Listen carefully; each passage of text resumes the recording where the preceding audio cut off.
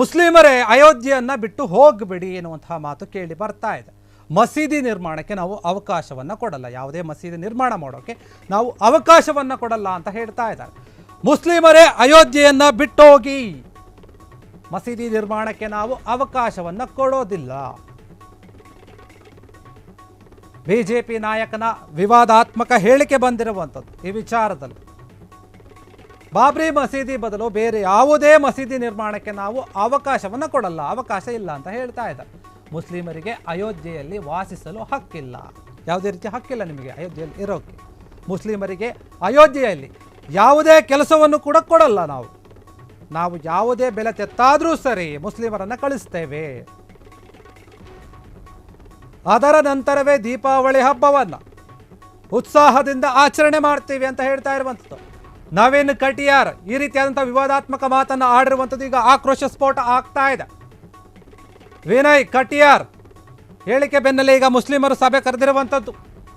ಎಚ್ಚೆತ್ತಂತಹ police ಇಲಾಖೆ ಅಯೋಧ್ಯೆಯಲ್ಲಿ ಕಟ್ಟೆಚ್ಚರವನ್ನು ವಹಿಸಿರುವಂಥದ್ದು, ಯಾವುದೇ ರೀತಿಯ ಅಹಿತಕರ ಘಟನೆಗಳು ನಡೀಬಾರ್ದು ಅಂತ. ಯಾಕಂದರೆ ಮುಸ್ಲಿಮರೇ ಅಯೋಧ್ಯೆಯನ್ನು ಬಿಟ್ಟು ಹೋಗಿ ಎನ್ನುವಂತಹ ಒಂದು ವಿವಾದಾತ್ಮಕ ಹೇಳಿಕೆಯನ್ನು ಕೊಟ್ಟಿರುವಂಥದ್ದು ಅವರು.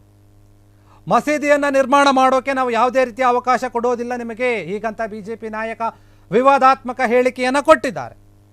ಇದೆಲ್ಲೆಡೆ ಚರ್ಚೆ ಆಗ್ತಾ ಇದೆ. ಬಾಬ್ರಿ ಮಸೀದಿ ಬದಲು ಬೇರೆ ಯಾವುದೇ ಒಂದು ಮಸೀದಿಯನ್ನು ನಿರ್ಮಾಣ ಮಾಡೋಕೆ ನಾವು ಅವಕಾಶವನ್ನು ಕೊಡೋದಿಲ್ಲ, ಮುಸ್ಲಿಮರಿಗೆ ಅಯೋಧ್ಯೆಯಲ್ಲಿ ವಾಸಿಸೋಕೆ ಹಕ್ಕಿಲ್ಲ ಅಂತ ಹೇಳಿಬಿಟ್ಟಿದ್ದಾರೆ. ಇದೀಗ ದೊಡ್ಡ ವಿವಾದ ಆಗಿದೆ. ಇದು जानते हैं कि यहाँ पर जो मुस्लिम लोग रह रहे हैं वो खारिज किए जा रहे हैं हमारी ओर से. वो होना चाहिए और वो होकर रहेगा. बढ़िया धूमधाम के साथ यहाँ दीपावली मनाई जाएगी, कोई चिंता करने की जरूरत नहीं. लेकिन अब मस्जिद नहीं बन पाएगी. अरे मस्जिद क्या है उसका, वहाँ वो महाजिद थी, वो महाजिद थी. इसलिए जो कहते हैं मस्जिद वहाँ बनेगी, कुछ नहीं बनने वाला है वहाँ. हम इतना जानते हैं. ಅಯೋಧ್ಯೆಯಲ್ಲಿ ಮುಸ್ಲಿಮರು ಇರಬಾರ್ದು, ನೀವು ಅಯೋಧ್ಯೆಯನ್ನು ಬಿಟ್ಟು ಹೋಗಿ ಅಂತ ಇವರು ಹೇಳ್ತಾ ಇದ್ದಾರೆ. ಮಸೀದಿ ನಿರ್ಮಾಣಕ್ಕೆ ಅವಕಾಶ ಮಾಡಿಕೊಡಲ್ಲ, ನಿಮಗೆ ಇಲ್ಲಿ ಯಾವುದೇ ಕೆಲಸವನ್ನು ಕೊಡಲ್ಲ, ನಿಮಗೆ ಇಲ್ಲಿ ಮುಖ್ಯವಾಗಿ ವಾಸ ಮಾಡೋಕ್ಕೆ ಹಕ್ಕೇ ಇಲ್ಲ ಅಂತ ಹೇಳಿ ಬಿಜೆಪಿಯ ಒಬ್ಬ ಮುಖಂಡ ನಾಯಕ ಹೇಳ್ತಾ ಇರುವಂಥದ್ದು. ಆದರೆ ಇವರು ಈ ರೀತಿಯಾಗಿ ಹೇಳಿದರೆ ಮುಸ್ಲಿಂ ಅವರ ಒಂದು ಮನೋಭಾವ ಯಾವ ರೀತಿಯಾಗಿರುತ್ತೆ, ಅವರು ಇದನ್ನು ಯಾವ ರೀತಿಯಾಗಿ ತಗೊಳ್ತಾರೆ ಅಂತ ಇವರು ಯೋಚನೆ ಮಾಡಿದವರು ಇಲ್ಲ ಗೊತ್ತಿಲ್ಲ. ಆದರೆ ಇವರ ಮಾತಿನಿಂದ ಈಗ ಆಕ್ರೋಶ ಸ್ಫೋಟವಾಗಿದೆ. ವಿನಯ್ ಕಟಿಯಾರ್ ಹೇಳಿರುವಂಥ ಈ ಒಂದು ಹೇಳಿಕೆಯ ಬೆನ್ನಲ್ಲೇ ಎಚ್ಚೆತ್ತುಕೊಂಡು ಮುಸ್ಲಿಂ ಒಂದು ಸಮುದಾಯದವರು ಕೂಡ ಒಂದು ಸಭೆಯನ್ನು ನಡೆಸಿದ್ದಾರೆ. ಈ ಸಭೆ ನಡೆಸ್ತಾ ಇರೋದ್ರಿಂದ ಪೊಲೀಸರು ಕೂಡ ಎಚ್ಚರಿಕೆಯಿಂದ ನಡೆದುಕೊಳ್ತಾ ಇದ್ದಾರೆ, ಕಟ್ಟೆಚ್ಚರವನ್ನು ವಹಿಸಿದ್ದಾರೆ ಪೊಲೀಸ್ ಇಲಾಖೆ. ಏನಾದರೂ ಅಹಿತಕರ ಘಟನೆಗಳು ಆಗ್ಬೋದು ಅಂತ. ಒಂದು ಜಾಗದಿಂದ ಒಂದು ಸ್ಥಳದಿಂದ ಯಾವುದೇ ಒಂದು ವ್ಯಕ್ತಿಗಳನ್ನು ನೀವು ಹೋಗಿ ಅಂತ ಹೇಳುವಂಥ ಹಕ್ಕು ಯಾರಿಗೂ ಇಲ್ಲ. ಈ ಒಂದು ನಾಯಕರು ಯಾಕೆ ಹೇಳಿದಾರೋ ಗೊತ್ತಿಲ್ಲ. ಅವರು ಈ ರೀತಿಯಾದಂಥ ಒಂದು ವಿವಾದಾತ್ಮಕ ಹೇಳಿಕೆ ಹೇಳೋದಕ್ಕೂ ಮುಂಚೆ ಯೋಚನೆ ಮಾಡಬೇಕಾಗುತ್ತೆ. ಕೆಲವೊಂದು ಸೂಕ್ಷ್ಮ ವಿಚಾರಗಳು ಇರುತ್ತೆ. ಹಿಂದೂ ಮತ್ತು ಮುಸ್ಲಿಂ ಅಂತ ವಿಚಾರಗಳು ಬಂದಾಗ ಅಲ್ಲಿ ನಾವು ಬಾಯಿ ಹಿಡಿತವನ್ನು ಹಿಡಿದುಕೊಂಡು ಮಾತನಾಡಬೇಕಾಗುತ್ತೆ. ಸ್ವಲ್ಪ ಎಡವಟ್ಟಾದರೂ ಕೂಡ, ಆಚೆ ಈಚೆ ಆದರೂ ಕೂಡ ದೊಡ್ಡ ಪರಿಣಾಮವನ್ನು ಎದುರಿಸಬೇಕಾಗುತ್ತೆ ಇಂತಹ ವಿಚಾರಗಳಲ್ಲಿ.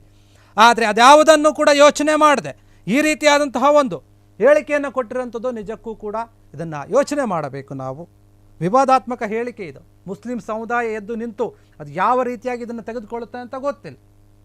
ಆದರೆ ಇವರು ಯಾವುದೋ ಒಂದು ಸಮುದಾಯದ ಪರ ನಿಂತ್ಕೊಳ್ಳೋಕೆ ಹೋಗಿ ಇನ್ನೊಂದು ಸಮುದಾಯವನ್ನು ದೂರೋದು, ಇನ್ನೊಂದು ಧರ್ಮವನ್ನು ದೂರೋದು, ಅವರ ಬಗ್ಗೆ ಮಾತನಾಡೋದು ಅದು ಎಷ್ಟರ ಮಟ್ಟಿಗೆ ಸರಿ ಅಂತ ಗೊತ್ತಿಲ್ಲ. ಆದರೆ ಈಗ ಇವರು ಈ ಮಾತನ್ನು ಹೇಳಿದ್ದಾರೆ, ಮುಸ್ಲಿಮರು ಅಯೋಧ್ಯೆಯಲ್ಲಿ ಇರಬಾರ್ದು, ಅವ್ರಿಗೆ ಯಾವುದೇ ರೀತಿಯಾದಂಥ ಹಕ್ಕಿಲ್ಲ ಅಲ್ಲಿ, ನಾವು ಅವರಿಗೆ ಕೆಲಸವನ್ನು ಕೂಡ ಕೊಡಲ್ಲ, ಅಲ್ಲಿ ಯಾವುದೇ ಕೆಲಸ ಕೊಡಲ್ಲ ಮುಸ್ಲಿಮರಿಗೆ. ಬೇಕಾದರೆ ಯಾವುದೇ ಒಂದು ಬೆಲೆಯನ್ನಾದರೂ ಸರಿ ಕೊಟ್ಟು ನಾವು ಅವ್ರನ್ನ ಕಳಿಸೋಕೆ ರೆಡಿ ಇದ್ದೀವಿ, ಮುಸ್ಲಿಮರೆಲ್ಲರೂ ಕೂಡ ಇಲ್ಲಿ ಇರಬಾರ್ದು, ಹೋಗ್ಬೇಕು, ಅವ್ರು ಹೋದ್ಮೇಲೆ ನಾವು ದೀಪಾವಳಿ ಹಬ್ಬವನ್ನು ಖುಷಿಯಾಗಿ ಮಾಡ್ತೀವಿ ಅಂತ ಹೇಳಿರುವಂಥದ್ದು ವಿನಯ್ ಕಟಿಯಾರ್. ಇವರ ಮಾತು, ಇವರ ಹೇಳಿಕೆ ಏನಿದೆ, ಈಗ ಮುಸ್ಲಿಂ ಸಮುದಾಯವನ್ನು ಕೇಳಿಸುವಂತಹ ಮಾತನ್ನು ಹೇಳಿಬಿಟ್ಟಿದ್ದಾರೆ. ಮುಂದೆ ಏನಾಗುತ್ತೋ ಗೊತ್ತಿಲ್ಲ, ನೋಡಬೇಕು. ಕ್ಷಣ ಕ್ಷಣದ ಸುದ್ದಿಗಳಿಗಾಗಿ ಫ್ರೀಡಂ ಟಿವಿ ಸಬ್ಸ್ಕ್ರೈಬ್ ಮಾಡಿ, ಲೈಕ್ ಮಾಡಿ ಹಾಗೂ ಫಾಲೋ ಮಾಡಿ. ಹೊಸ ಸುದ್ದಿಗಳ ನೋಟಿಫಿಕೇಶನ್ಗಾಗಿ ಬೆಲ್ ಐಕಾನ್ ಮೇಲೆ ಕ್ಲಿಕ್ ಮಾಡಿ.